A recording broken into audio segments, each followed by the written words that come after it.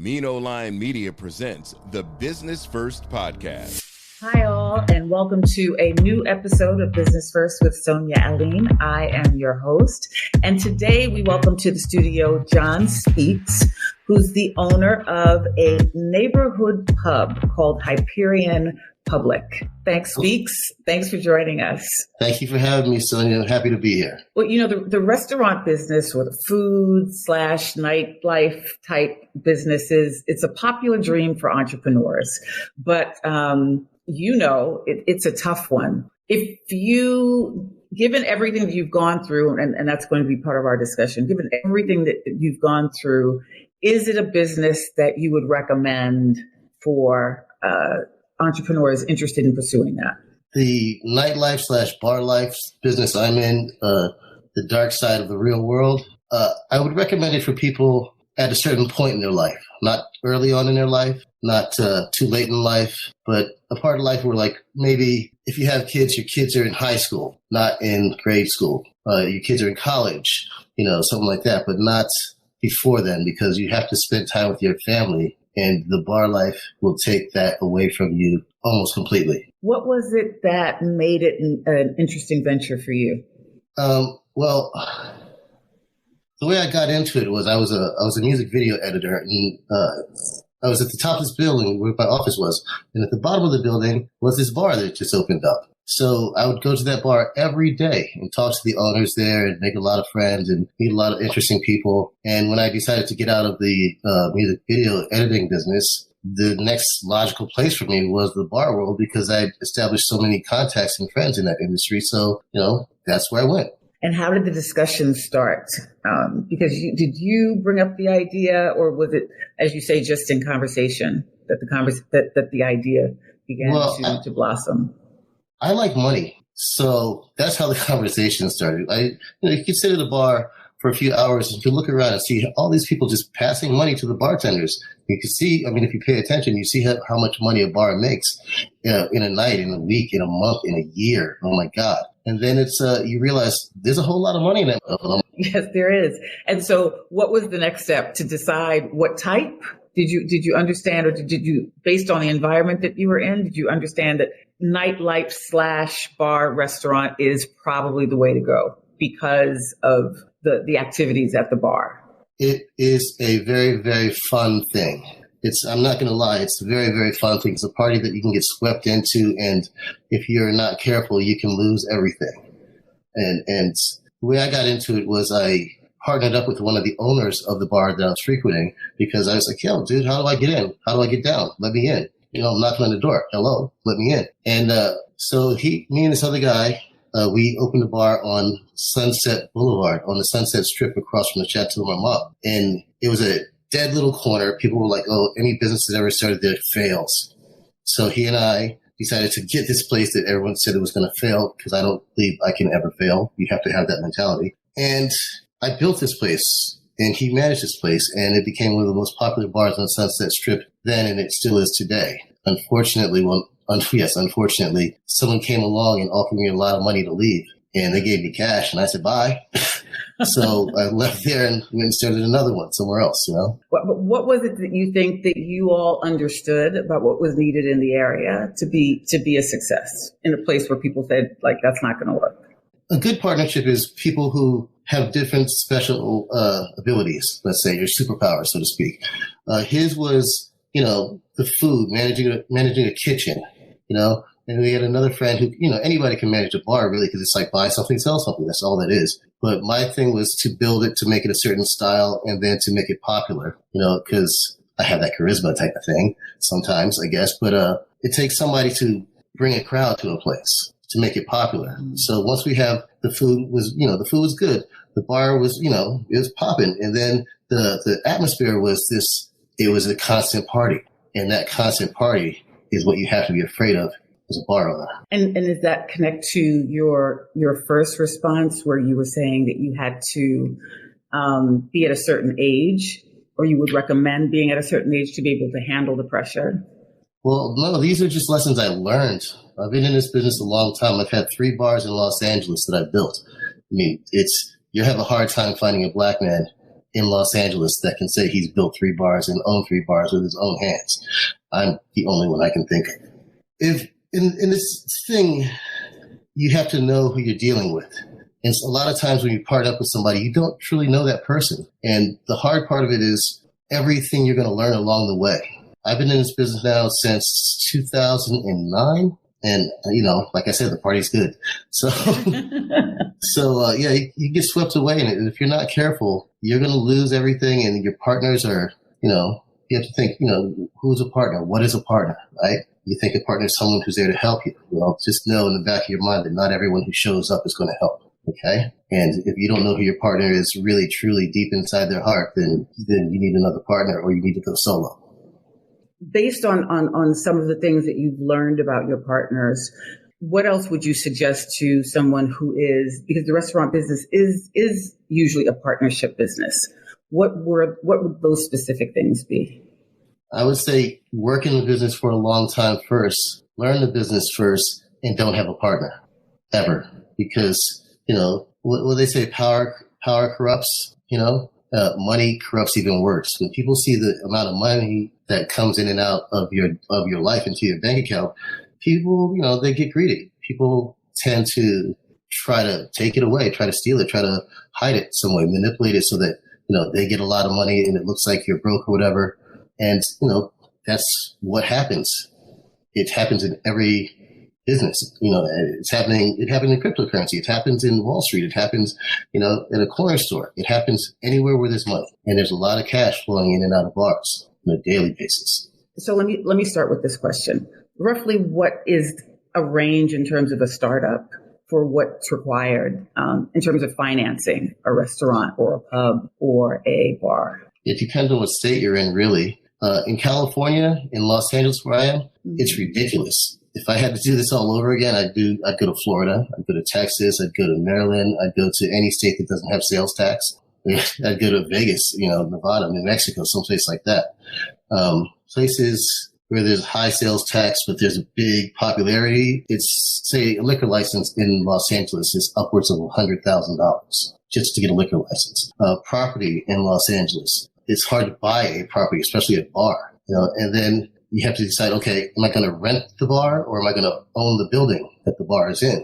If you want to make money, you own the building. You have the brick and mortar thing. If you're just renting a place, then you have to figure in Los Angeles, your rent is going to be, $13,000 a month. So if you're making $60,000 a month, then $13,000 that goes to rent, another $20,000 probably goes to employees and taxes and so forth and so on. And then the cost of goods is another thing. So by the time you're down to like your profit, you may have made pretty much nothing or a few $1,000s. So you have to be very, very careful with your finances. And if you have a partner who's not trustworthy, then what's going to happen next? The restaurant business also has so many moving parts. So it's all of the financing and all of the licensing and all of those things that you have to get done on one hand.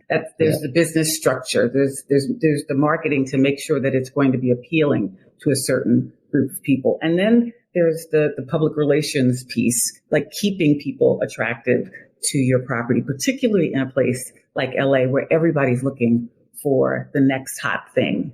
And so how do you even manage all of those, even with partners, how do you manage all of those areas and all of those necessary parts of the business? Well, that's all the fun stuff to me. It's like to make a place cool is to be cool yourself. I mean, you can tell who the boss is when the boss walks into the bar. The boss is the one who's smiling at everybody, shaking hands, giving hugs and kisses. Say, hey, get this guy right over here a shot. Hey, what are you guys doing? Haven't seen you for such a long time. Welcome back. That's the boss. The manager, though, is the guy who walks into the room behind the boss and just smiles at everybody, nods their head, doesn't really say much, but talks to the employees and not the customers. So there's a whole thing about how you interact with people that makes it fun for them. And they want to come back because you know them. They want to go to a place like Cheers. Somebody recognizes you. I mean, there's a lot of people in the world who go to bars because they're happy. They want to celebrate. They go to bars because they're sad and they just want to drink. They go to bars to be alone, for every reason you can think of, go to a bar, and in certain places you build an atmosphere like my bar. I built an atmosphere of welcome home. It doesn't matter where you're from. It's where you're at. I don't care who you love as long as you love somebody. Hey, come here, give me a hug. Let's have a drink. Real hugs are 20 seconds. They'll go nowhere. So that's the atmosphere I built in the place that I have. And when people come there, they feel that energy that's already there because I started it and it's went to the next person, the next person, the next person, and everybody in the room has it. And I also call my bar the Island of Misfit Toys because everybody who comes to a bar is slightly broken, including myself. So we go to these places to be around people who are like ourselves, so you build a community that way. And that's how you make something successful. It doesn't matter if you make the next hot thing because the hot thing is a fad. It may last a year, it may last 2 years, 3 years, and then it's gone. I build places that stay, that become part of the community that everybody comes to. They come to watch politics. They come to watch football games. They come to sit there and talk to somebody they haven't seen for a long time. They come there on Tinder dates. I mean, because they know that like the staff is not going to rat them out, because everyone has a place where they feel comfortable. I mean, that's how you make something successful. Something like jeans. You wear your most comfortable jeans, right? You go to your most comfortable bar.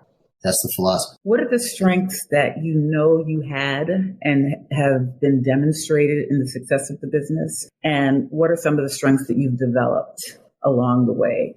Well, I mean, from my college days, it's like, say, Emerson College, you learn how to communicate to people. You learn how to talk to people of all types of, no matter where you're from. If you don't even speak the same language, you learn how to communicate just through sign language and like saying something physically as opposed to saying it verbally. So one of the strengths that I've always brought to this game was communication.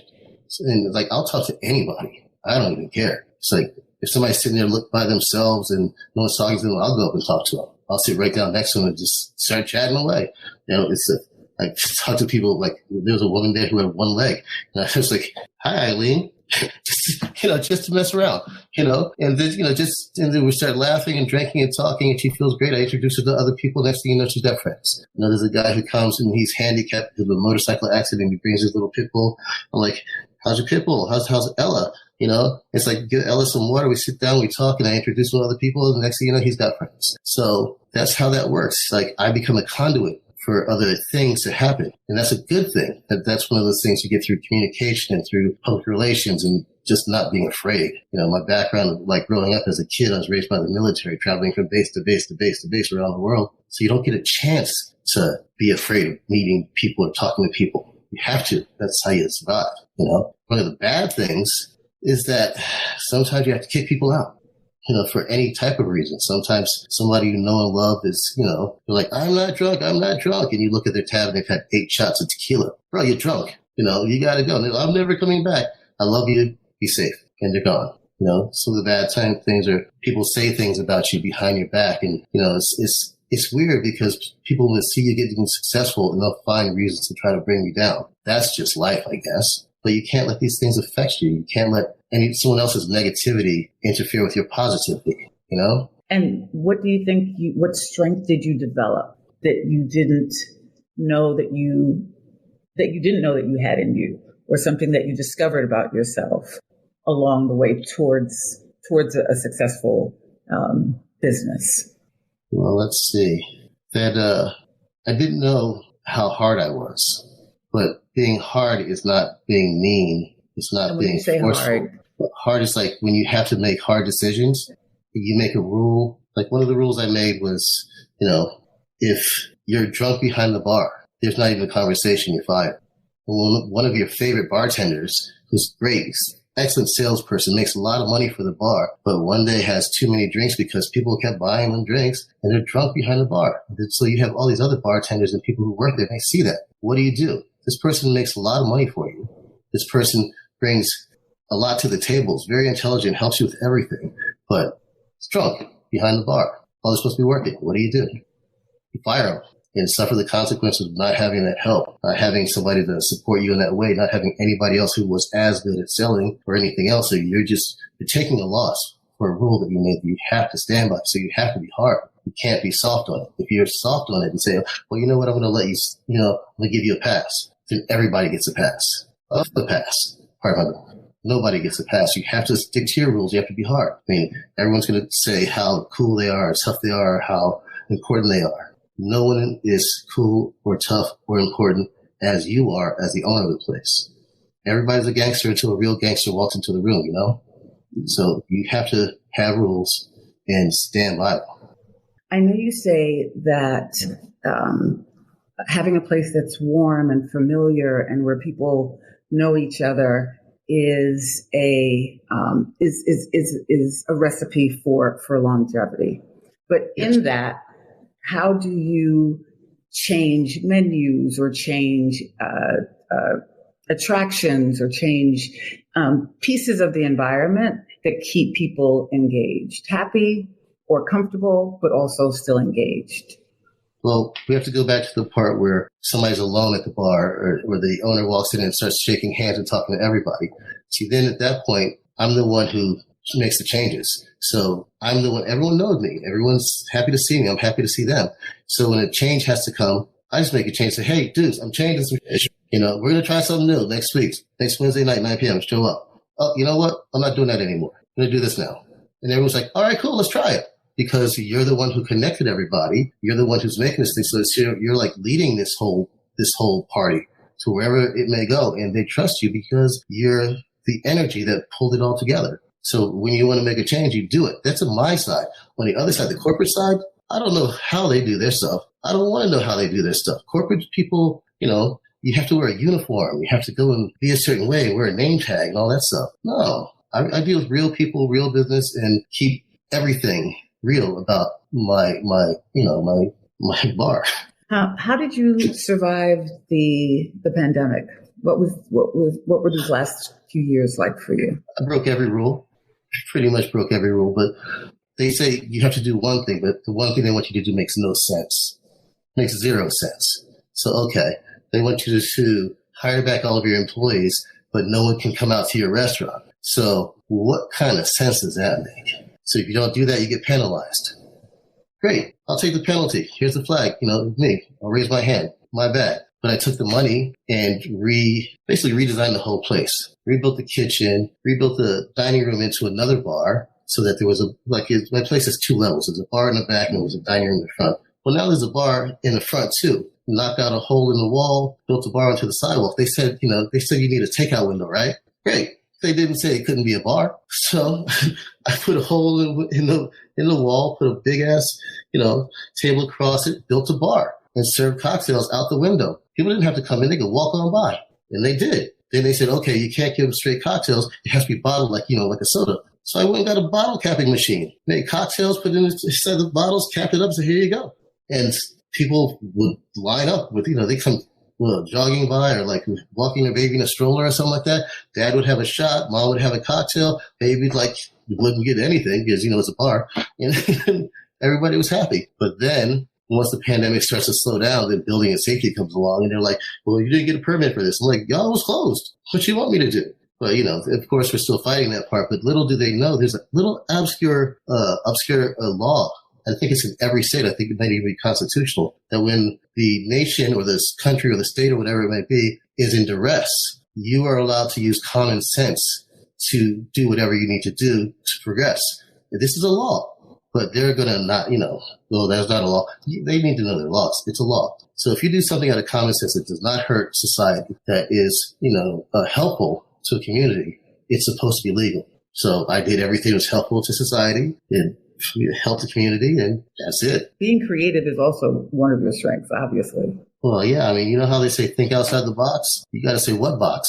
That's how you got to live like that. Because, when they change the game, they'll change the rules all the time. Every day there's a new rule for this, a new rule for that. You just have to change the way you play the game every day. So if you're playing, and life to me is a big ass game, if you're playing this game and they change the rules, you just have to change the way you play.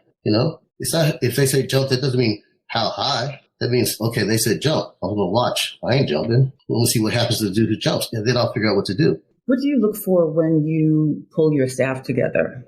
Your wait staff, the bartenders, your chefs. When you're putting together your team, what are some of the qualities you're looking for?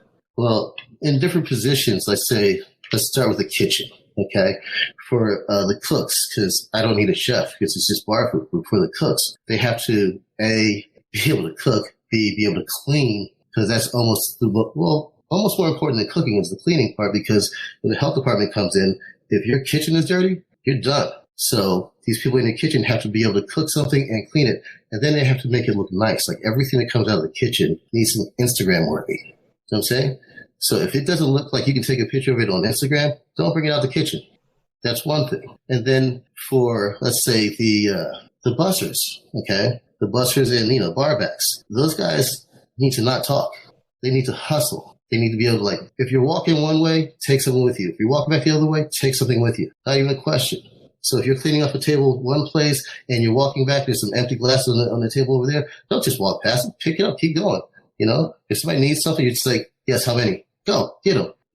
And then for the bartenders, they have to be fast. They have to be courteous. They have to be able to communicate well with people. They have to be able to just start a conversation with a stranger, because as a bartender, you're first and foremost everyone's therapist. And then after that, you become their best friend. And then if you don't even know them, if a group of people walks in, one of the first things I tell my bartenders to do is just look around and say, okay, how many shots? And that just starts the party right there. Once that starts going, the party's on. And you have to figure too, like financially speaking, one bottle of booze, let's say 750 milliliter bottle of tequila, right?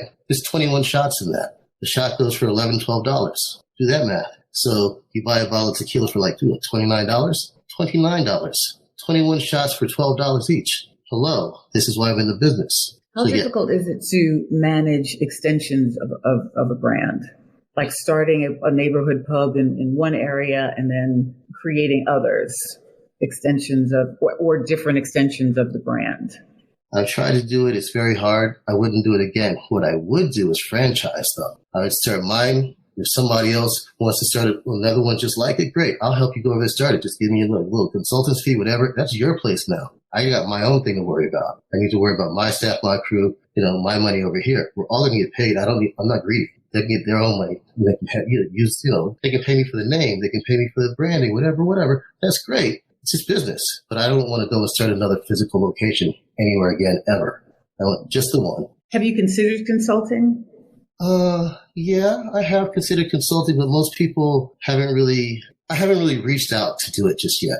I mean, I can do it. I will do it one day. I probably should do it now, but, listening to you, there's so many. I think most people know going into the restaurant business that it's going to be a heavy lift financially, that in terms of, ordinances from the city and all of the red tape that you have to go through, the liquor license, the challenges of that. But there's so many other intricate pieces that go into a successful business, because we see them open and close regularly. But for a business to be around for any length of time, it requires all of this level of detail. Yeah, I mean, the one I have right now, Hyperion Public in Silverlake in Los Angeles, I built it in 2012. I go there right now. I go there every night since last, let's say, October. Because every night I go there to do one thing: count the money. I had a partner and I didn't count the money. A lot of money disappeared. Like I say, a lot of money goes through these bars. Sometimes a lot of cash, sometimes a lot of credit cards, especially these days. And the law is in California, even with minimum wage in California, is $16 an hour. Okay, so your bartenders and everyone else gets $16 an hour minimum. And then on top of that, when people tip, they tip on these credit cards 15%, 18%, 20%, 25%. Well, they have to get that cash. That's their money. You cannot keep any part of that in California. So I have to, what I do with my staff is I give the bartenders 65%. I give the bar backs and bussers 20%. And then I give the people in the kitchen 13%. And then 3% goes for processing. I make sure that the money is correct for them all the time. And that makes them work better for me because they get paid very, very well. Where other people don't do that. Other people say, oh yeah, we had a bad week or whatever. And they made some money. So a lot of people get cheated out here. I don't cheat people. That's why I keep my staff. They're very happy to work for me.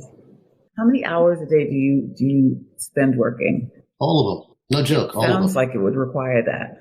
Yeah, it does. I mean, I got home from work last night at 4:30 in the morning, and then got calls started happening at 6 a.m. So it's crazy. I mean, I have a party booked for this weekend for probably 200 people on Saturday night. That's going to be crazy. I don't have enough staff to handle that. So I'm hiring old staff members to come back and just work for me for one day to handle this with me.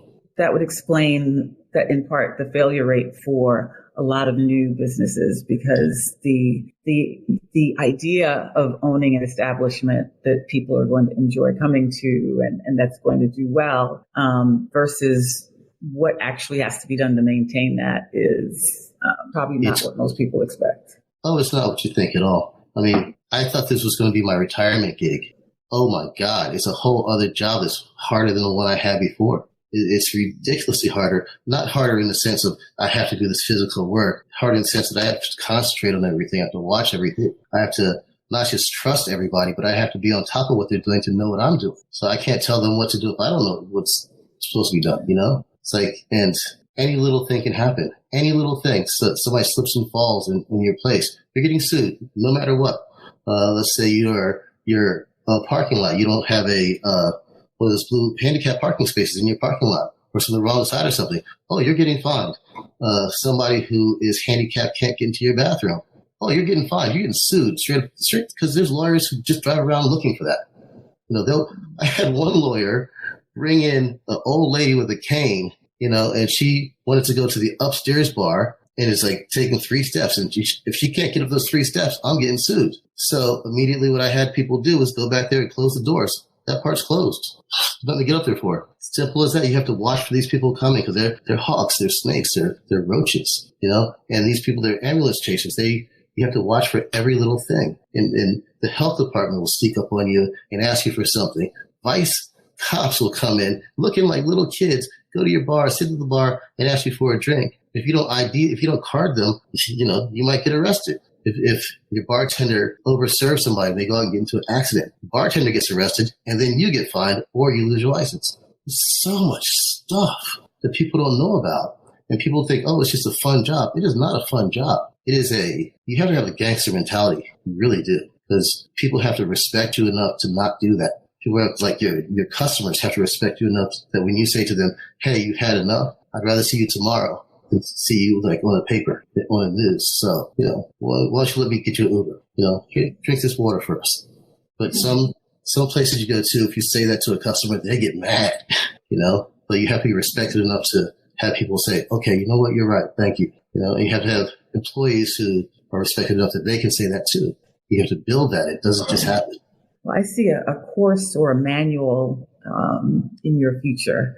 I think it's needed as long as I've been covering business and writing about people starting businesses. People love restaurants, and it's a big dream for a lot of people. And this information would be helpful for anyone thinking about doing that.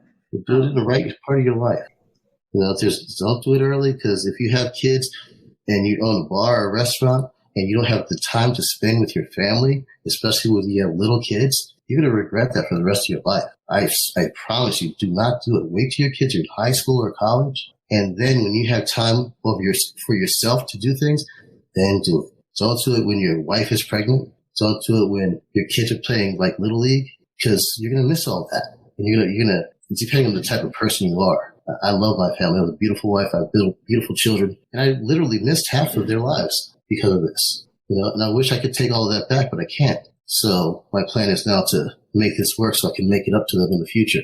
Thank you for your insight and all of your knowledge in this area. Tell us a little bit more about Hyperion Public and how we can support you, how we can come by and have a drink. I would love for you to come by and have a drink. Hyperion Public is probably one of the few Black-owned bars and restaurants. It's the only one in Silverlake. It's probably the only one in Hollywood. It's one of the few in Los Angeles as a whole. It's one of a kind because it's in a neighborhood where it's not expected to be. This Black-owned place is in Los Feliz in Silverlake, where it's mainly like, you know, like it's a lot of white collar like workers on one side of the street, which is Silverlake, and then on the other side of the street, which is Los Feliz, is writers and directors and producers. You know, it's crazy. It's like one side of the street, a house costs $1.8 million to start, and on the other side, it costs $600,000 to start. But I'm in the middle of that. You know, the thing about this place is that everyone's accepted there. Everyone's welcome there. Anybody can come and hang out. It's a beautiful place for anybody just to be and know that, like, you can sit down by yourself and another person's right there, and you're going to have a new friend by the end of like right? And before you leave, because that's what it's supposed to do. It's a place where people can not just connect, but throw away their differences. It doesn't matter, straight, gay, whatever. It's like people talk to each other. People do anything. And then the other thing too is that we do things like fun stuff, like trivia. Where you're sitting at the bar and some guy's asking questions on the microphone, you win prizes and stuff like that. But, it's different genres of people, different ranges of people who know different answers. So like one's playing an old black guy like me. It's like, don't ask the music about old sports or soul. Like, kidding me? But I can't answer anything about, movies. I'm done. So, but somebody next to me can, Then we do we do all types of things, We do things to bring the community together, things like that make people respect and love and want to be together. And that's the beauty of Hyperion Public. It's a white collar dive bar, that a black person owns, and no one expects you to see it. Like, I'm pretty sure the neighborhood didn't know I was even black and owned the place until COVID hit, because then I had to file for those loans and say, yes, it's black owned, and then all of a sudden, then they knew. And how can we find you online? Is it HyperionPublic.com? Hyperion, yeah, but it's the best thing to do is just hit us up on Instagram, because who uses Facebook or anything anymore? People just go to Instagram and they see your pictures, they leave you a message and everything. We respond a lot quicker to that, and then it's like, it's even more personal, because mainly you'll talk to me. You hit me up on Instagram, I'm going to hit you back up and say, hey, how you doing? Come on through. What's going on? What's going on tonight? I'll tell you, like tonight is the speakeasy. Play on words. I think not, but it's happening. And the speakeasy is, it's sexy. That's all I'm going to say. It's sexy. You won't be mad no matter who you are. Well, very good. Thank you so much, John Speaks, for coming through. We wish you continued success. Thank you, Sonia. And when you're in LA, come see your brother. Come hang out with me. I'm definitely going to come through. Absolutely. I will show you what it's all about. Thanks again. And thank you all for listening. We'll be back again next week with another great guest. The Business First podcast is hosted and produced by Sonia Aline. Executive producer Ken Johnson. Find the Business First podcast on Apple Podcast, Stitcher, Spotify, Odyssey, iHeartRadio, Amazon Music, TuneIn, or wherever you get your podcast. On social media on IG at business_first_podcast. Follow the Mean Old Line Media Podcast Network on IG at Mean Old Line Media. Get the Mean Old Line Media app in the App Store or Google Play. The Business First podcast is a Mean Old Line Media production.